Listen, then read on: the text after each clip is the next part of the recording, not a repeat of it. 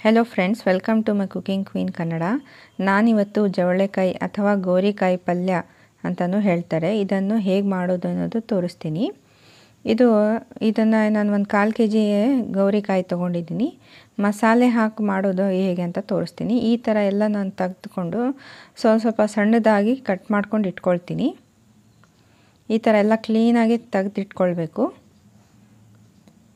ತೆಗೆದಿಟ್ಕೊಂಡು ನಾನು ಸಣ್ಣ ಕಟ್ ಮಾಡ್ಕೊಂಡಿದ್ದೀನಿ।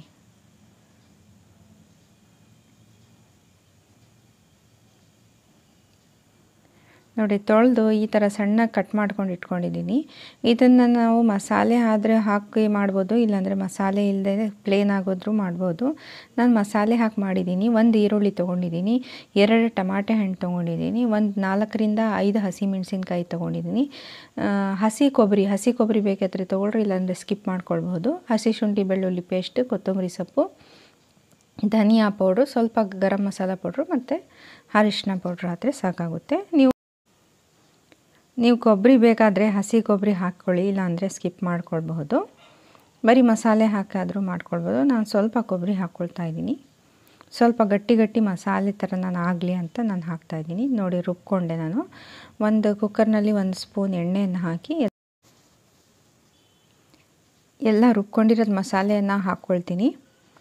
ಇದು ಚೆನ್ನಾಗಿ ಫ್ರೈ ಆದಮೇಲೆ ಎಣ್ಣೆ ಬಿಟ್ಕೊಳ್ಬೇಕು ಮಸಾಲೆಯಿಂದ। ನಾನು 5 ನಿಮಿಷ ಹಾಗೆ ಫ್ರೈ ಆಗಲಿಕ್ಕೆ ಬಿಡ್ತೀನಿ। ಎಣ್ಣೆ ಎಲ್ಲ ಮಸಾಲೆಯಿಂದ ಹೊರಗೆ ಬಂದಿದೆ। ಇದರಲ್ಲಿ ನಾನು ಜವಳಿಕಾಯಿ ಹಾಕ್ಕೊಂಡು ಸ್ವಲ್ಪ ಉಪ್ಪು ಮತ್ತು ನೀರು ಹಾಕಿ 2 ವಿಷಲ್ ತೊಗೊಳ್ಬೇಕು।